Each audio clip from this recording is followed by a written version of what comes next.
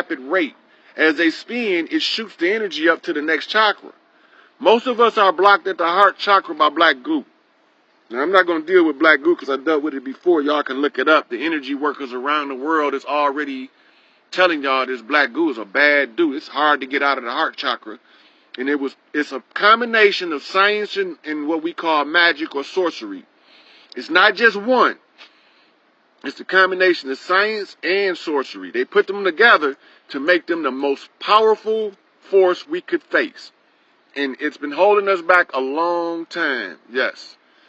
I like how you thinking, Curtis Henderson, because I'm gonna inbox you later because we're gonna do some work together because you bring up stuff that'll help a lot of people.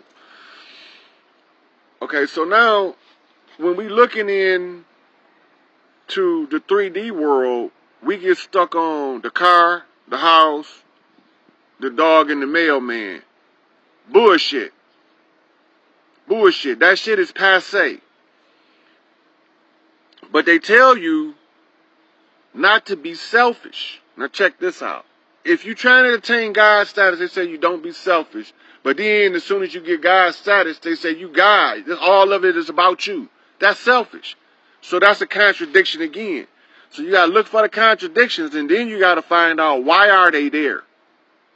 Why is the contradiction there? Because the contradiction is there to get your attention. It ain't there haphazardly. It's there to get your attention. Why is it telling you God stuff this way, guys think like this, and you can't think like a mortal because a mortal think like this, and it's the same shit. You know, it's the same shit.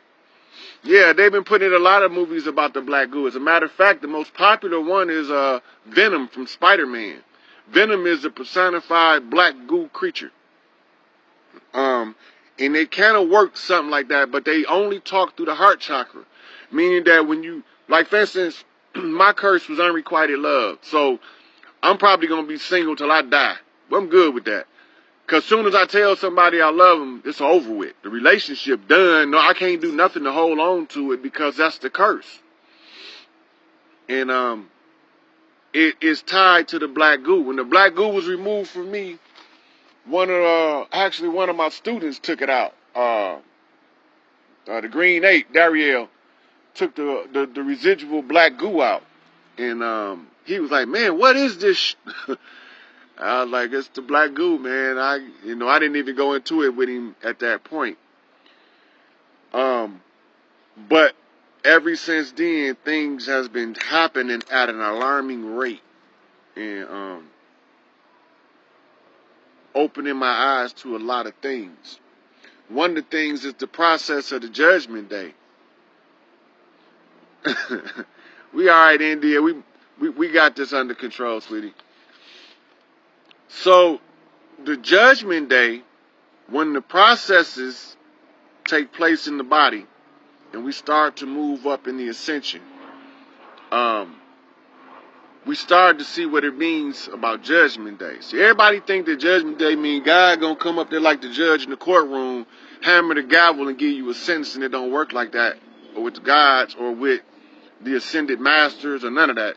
That's not how judgment day works. Somebody had to call judgment day. The curses are different, Juanita, but your life path, when you step back and you don't look at your life that you was living, you look at it from a third person perspective. Watch how you lived your life, and everything time something was going good, you did or said something, and then it all went south. Within a couple of weeks, it all goes south real fast. Your curse is whatever it was you did, is the manifestation of it. Soon as like for instance, some people are not allowed to have wealth. You can work and do good, but as soon as you cross a certain dollar barrier, you lose everything you got. You lose everything you got and you can't control it. And this is why a lot of celebrities die poor. Because that's their curse. Some people curse to not be allowed to have wealth. They can have everything in the world, but they can't have money. They can't accumulate wealth. That was a part of mine too. Because I can get the money. That's not hard. Getting money is easy. So once you learn how to ascend to your God self internally. And you know that for some people, ceremonial rites is what they call it, ceremonial magic. Ceremonial rites can accelerate the ascension. And then you know that when you start feeling all this crazy stuff inside, watch the thought. Remember, the thought is the cause of it all. Watch the thought. Let's say, for instance, it's one of your kids who you love dearly, and something say, kill that motherfucker. That's not you. You have to confront that. That's not you telling you to kill your child. That's not you telling you to kill the person that you love that sleep next to you. That's not you. And most of us think because it happens inside our own head that it's our own thought. But we never realized that when we was growing up, we picked that shit up from every foul spirit being around us that was not right. You know? Yeah, Juanita, message me, inbox me on Messenger, and we'll get together and find out what you need. If one feels less of an emotion in the heart for someone, but has surpassed the feeling, is that part of ascension process? First of all, the love energy that radiate through the heart chakra, if it attaches to another person's heart chakra, ain't no breaking that shit. Y'all became soulmates whether you wanted to or not. And normally this is why people are supposed to get married in monogamous marriages, is because they found somebody that they can face the world with, and they don't have the worry of when I go to work, is a plumber in my house. That don't even cross their mind, you know. But you want to make a connection with a person. I'm gonna tell y'all the biggest and most neglected. Just Jasmine, you can inbox me when you get it. The biggest connection that we make with another person is by seeing the best parts of that person and cultivating that in the other person. So when you look at relationships now, this is what we see. Guy meet a chick, he thinks she hot, she think he hot. Okay, now, at that point, that's pure animal lust. He don't know nothing about her, she don't know nothing about him, so there can be no compatibility other than the physical attraction. That's what you call animal lust. But the conversation takes off, and then they find out they have this many things in common. They make a connection. Where you lost it, Jacqueline?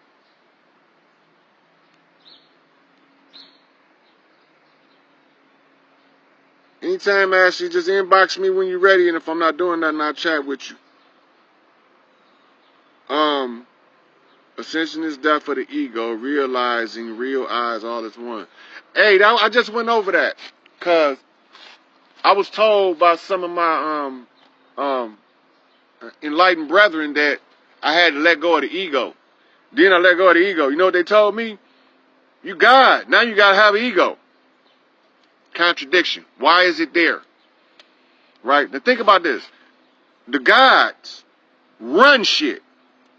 And they have to feel like they supposed to run shit. They got to feel like they deserve the right to be in the position of power. They got to know it without a doubt. What's the difference in the fucking ego trip? What's the difference in the Messiah complex in an actualized God concept?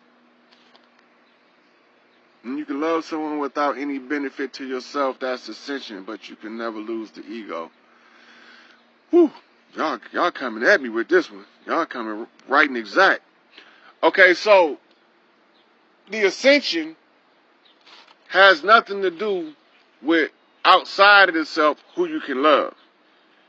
The ascension has to do with how well your love can be purified with your purified thoughts. That is when you get to ascension. Because once you purify the thought, there's nothing low vibration left. That's why they call it purification. What's going on, Chris? Then the emotional purification. When you clear the emotions, when you clear that shit up, you clear the emotions up by not feeling negative emotions towards somebody you love, which took me into the relationship thing. Guys, girls meet. It's the attraction first, the chemistry next. But nobody knows what to do next, because what you're going to understand is we are creatures of habit. As creatures of habit, if you meet a new guy, if you're a girl, if you meet a new girl, if you're a guy, you're going to do all of the dumb shit you did to sabotage every relationship you ever had. When you go back and look at all of the dumb shit you did in your past relationships, you got to do it all at the beginning. Both of y'all, not just one of y'all, both of y'all going to do the same dumb shit, but it's not going to work. Because you're on another level now. So when all of that dumb shit don't work, all that foolishness not working now. Now you sitting here with this person and you exhausted all of the ignorance. Ignorance is exhausted at this point, and you looking at this person like, I still love them. I done did the dumb stuff, the ignorant stuff, the foolish stuff, the retarded stuff, the sick stuff, and they still here. They love me too. We got to make this work. Most people gone by now. And that's what when we got rid of the rites of passage, this is how our minds created one for us. In order for us to weed through the weak relationship to find a solid relationship, we learn a series of foolish and ignorant things that run weak people away.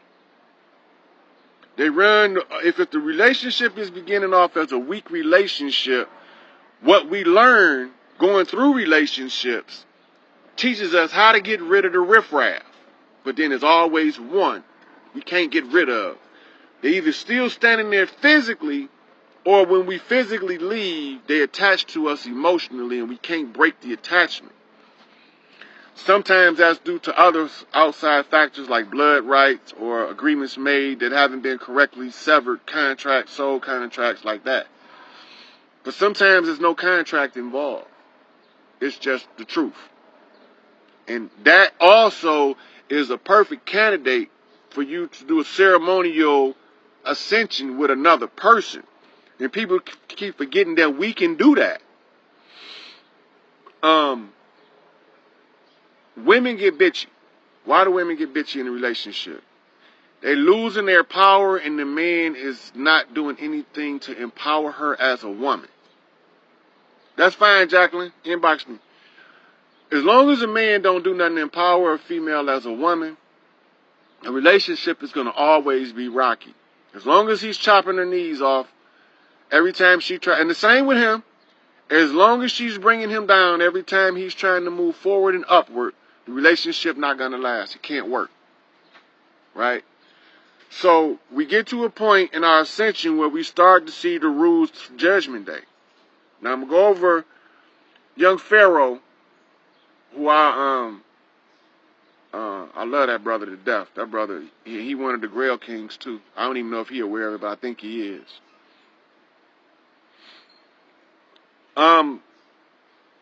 You know what, Chris? I'm not gonna deal with the attachment and the Buddha right now. But we're gonna touch on that. So on another video we'll go over some of the teachings of the Buddha and Dalai Lamas of the past, and maybe even some of the other great teachers, and what they were really talking about. The attachment that the Buddha talk about is attachment to the negative vibrations, the low vibration things that you attach to, because you got to attach to something anyway. All right, so now we ready to ascend. We ready to move to the next level, but there's a problem. We still got to clean this mess up. You can't go to nobody's house, mess their kitchen up, and just leave. That's rude, dirty, obnoxious. That's just foul. So before we can ascend into the fifth dimension, we have to clean it up. What do I mean by that? We have to show the people a lot of the deception out in the open in real time. So last week I heard Pharaoh young Pharaoh and General Seti called Dr. York out to judgment. Now, it sounds like they offered a debate to Nuwaubians. So if you're a Nuwaubian or if you know one, y'all need to pay attention.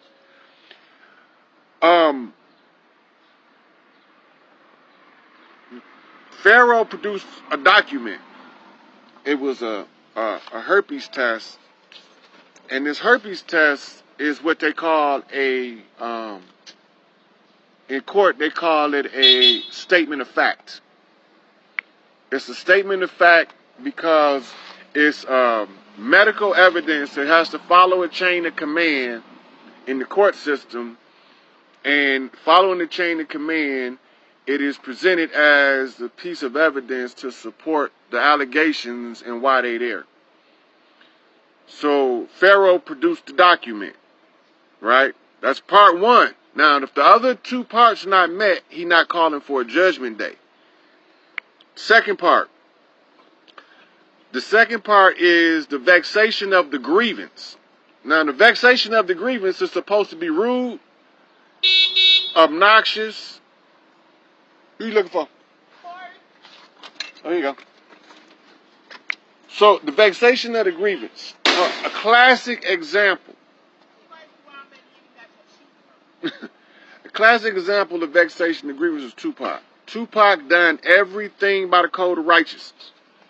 That's crazy, because some of the stuff he was doing, you would think he was dead wrong. But the vexation of the grievances is the most critical part of the equation. So they went through a series of vexations of the Catholic Church being condemned for pedophilia, black people concealing in their families and in their communities the same shit that the Catholic Church doing. And before we can go deal with Francis and his pedophile priests, that we have to first clean our own communities up. That was the grievance vexed by young Pharaoh, followed by Seti putting the final call for judgment on Dr. York. And that being to say that they represent the ancestors. At that point, I can't, even if I'm a Nuwaubian, I can't defend or condemn York. I have to listen to the facts. Because when the facts is presented, it's a couple things that has to take place. The public, the more I see if it's a valid or invalid judgment on York, the more I see it, the more powerful it be. So the judgment that's taking place with York is critical for his liberation if you're a Nuwaubian. And I see you, Christ. So Seti said, this is real. I'm standing here for my ancestors. At that point, Judgment Day. The third prong of calling for judgment has been met. I don't care if the Nuwaubians defend him or not. They should if they think he's innocent. And if he turns out, we have to use the judicial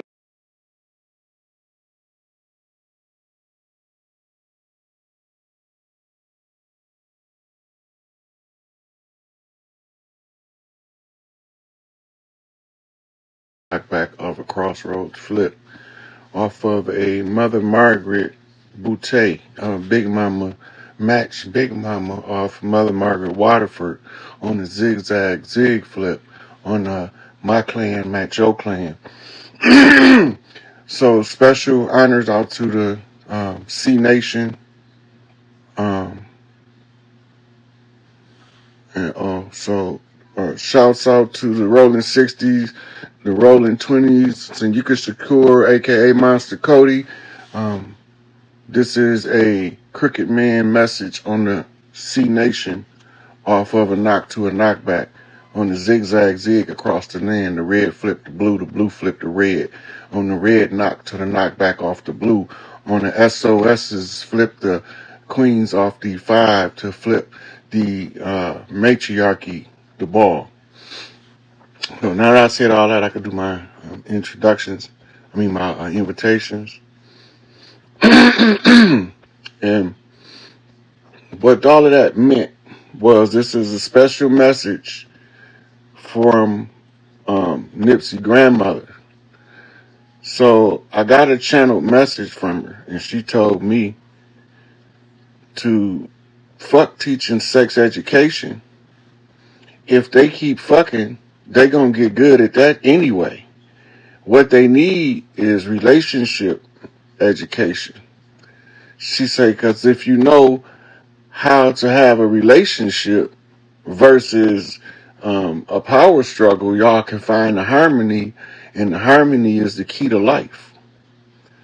So, how y'all doing? All of y'all up in here. So, she wanted me to shout out to C Nation for protecting her boy Nip in the streets, especially Big U, Cowboy, the whole team that made sure that Nip was covered at all times, right? So rather than go into the Nipsey Hussle situation, she said relationship education. And it's funny because a friend of mine called me and asked me about relationship information. And I was like, damn, there's nobody in and when you're young, like growing up, they'll teach you how to fuck. They call it sex education. But they don't teach you how to communicate with your partner. They don't teach you how to manifest with your partner by y'all observing the current situation and plotting the path to y'all best life. Everybody got a different understanding of their best life. But when two people work together, is you trim off the fat and y'all keep the meat. And you use the fat for fertilizer, right? And seasoning to cook the meat. So when you talking about relationship dynamics, we're talking about when we talk about relationship information. If you don't be on a path of self-discovery to the point where you go into the self-help section of the bookstores to look for information on how to have a functional relationship, because you realize that whatever the fuck they did to us over the last 500 years of this protracted struggle, because it's been 500 years, 1492 to 1992, plus another 30, right? So that's 430 years, right? So it's been 400 and motherfucking, 530 years that these motherfuckers has been at war with the people of the land. And the problem is they harsh treatment, mistreatment of us, they miseducation of us, and they writing the history and changing the faces of the characters in the history books kept us perpetually confused. Nobody couldn't figure out why this shit not making sense in this thing called life. Relationships is what they don't want us to have, right? I don't give a fuck what color your skin is. They don't want us having functional relationships. When you have functional relationships, you build partnerships, and partnerships build strong families, and strong families build strong people. The strong people not going to tolerate the bullshit when they understand that they the people of the land. This the land of the free, the home of the brave. They said that this was the land of the land of the savage and the home of the slave. But we not doing that bullshit. We not falling for the banana in the tailpipe no more. So you tell me they got 5,000-year-old ships from Egypt. These motherfuckers got 10,000-year-old ships from traded with China in the Pacific, but they ain't got no slave ship. They got to make replicas. Make this shit make sense. They got to have one of the motherfuckers somewhere, right? But the pattern that they lay out and call a slave ship is an overlay of Notre Dame University. Because that's where the dirty plots was hatched in academia. Miseducation of the Negro. Deliberately miseducate the people so they can never properly function. L. Ron Hubbard say in the Dianetics that it's the same as trying to do a math calculation on a calculator doing a math calculation on the calculator while you're holding down a button, another number. So if you want 3 times 3, you're not going to never get the right answer if your left index finger is holding down the 7 and then you type in 3 times 3 and hit equal. It's not going to give you a competent number. It's not going to be able to function. It's going to not compute. Right? That's not compute. It don't compute. It's going in the brain wrong. That's how we know that some of us are some go along to get along ass motherfuckers.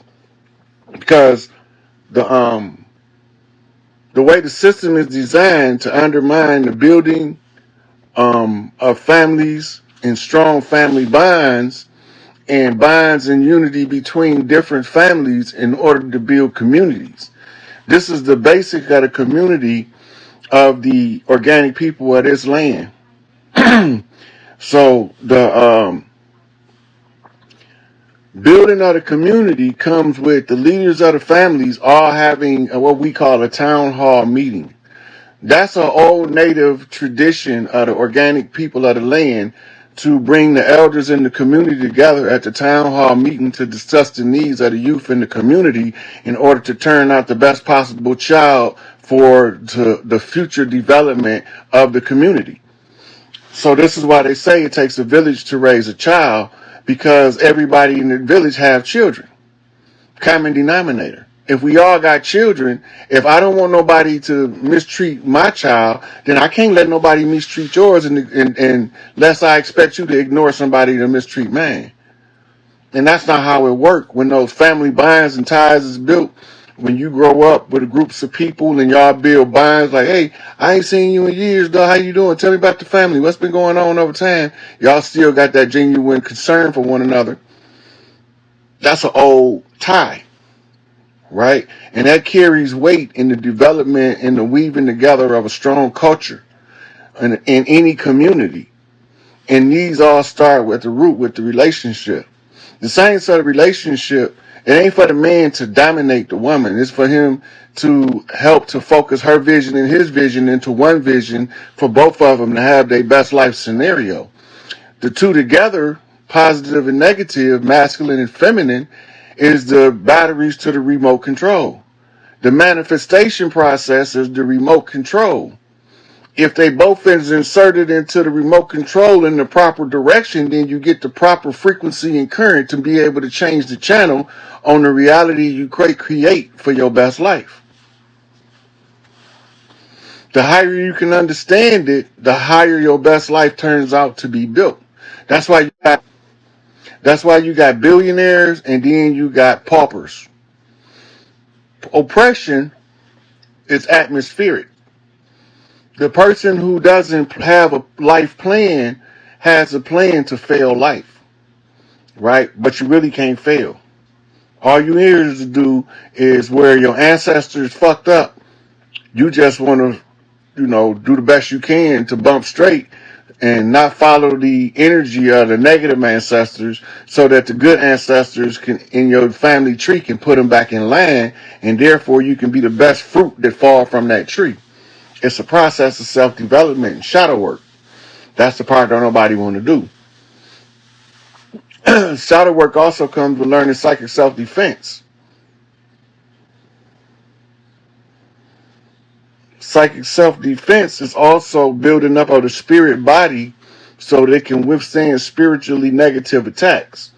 A spiritual negative attack can be something as simple as a negative thought directed at you based on a prejudice or preconceived notion of who this person feel like you are versus who you really are, a misjudgment. That negative energy contributes to your ego self. And your ego self, in turn, seeks the hedonistic desire to gratify itself.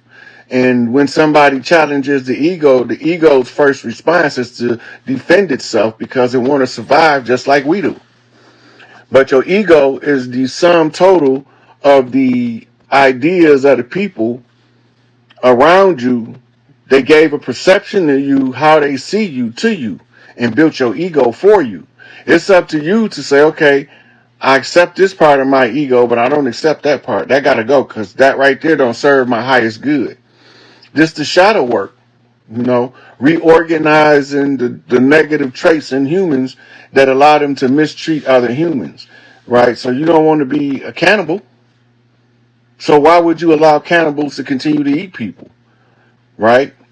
You don't think pedophilia is right, but we don't say enough to stop it. We don't put an end to it by properly rearing children, by protecting them and keeping them from being abusers, because hurt people hurt people. And when you hurt people in a certain way, that's the same way they hurt other people. And that's what makes the generational curses perpetual. The building of a strong family bond is giving everybody their tools that they need to develop their own best life scenario in their life.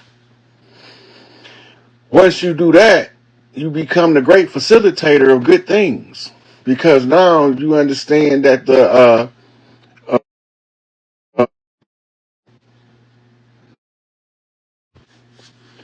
don't know what this damn thing doing, but I need to figure out how to.